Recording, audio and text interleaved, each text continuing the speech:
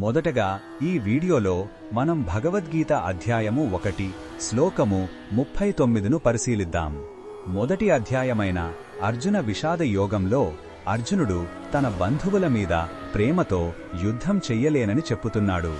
ఈ శ్లోకంలో అతను తన నైతిక వాదనను కొనసాగిస్తూ కృష్ణుడిని ప్రశ్నిస్తున్నాడు. మొదటగా ఈ పవిత్ర శ్లోకాన్ని భక్తితో విందాం. కథం న జ్ఞేయమస్మాభిః పాపాదస్మాన్నివర్తితుం కులక్షయకృతం దోషం ప్రపశ్యద్భిర్జనార్దన. ఈ శ్లోకం అర్థమేమిటంటే అర్జునుడు ఇలా అంటున్నాడు, ఓ జనార్దన, కౌరవులు అత్యాశతో గుడ్డివారై తమ వంశాన్ని నాశనం చేయడంలో తప్పును చూడలేకపోవచ్చు. కాని మేము అంటే పాండవులం ఈ వంశ నాశనం వల్ల కలిగే ఘోరమైన పాపాన్ని స్పష్టంగా చూడగలుగుతున్నాము.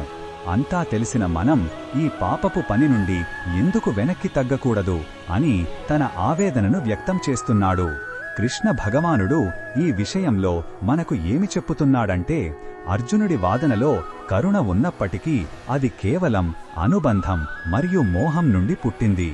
నిజమైన పాపం, పుణ్యం మరియు ధర్మం యొక్క లోతైన అర్థాన్ని కృష్ణుడు తరువాత వివరిస్తాడు.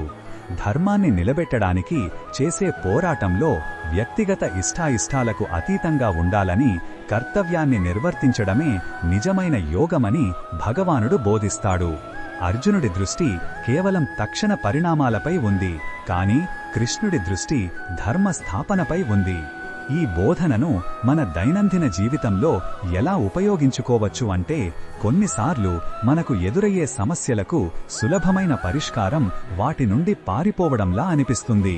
కాని ఈ శ్లోకం మనల్ని మన బాధ్యత గురించి ఆలోచింపచేస్తుంది. మనమొక నిర్ణయం తీసుకునే ముందు అది కేవలం భావోద్వేగంతో తీసుకుంటున్నామా లేదా మన ధర్మాన్ని అనుసరించి తీసుకుంటున్నామా అని ప్రశ్నించుకోవాలి.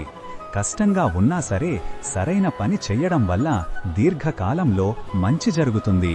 మరిన్ని భగవద్గీత శ్లోకాల అర్థాన్ని తెలుసుకోవాలంటే మా తదుపరి వీడియోలను తప్పకుండా చూడండి.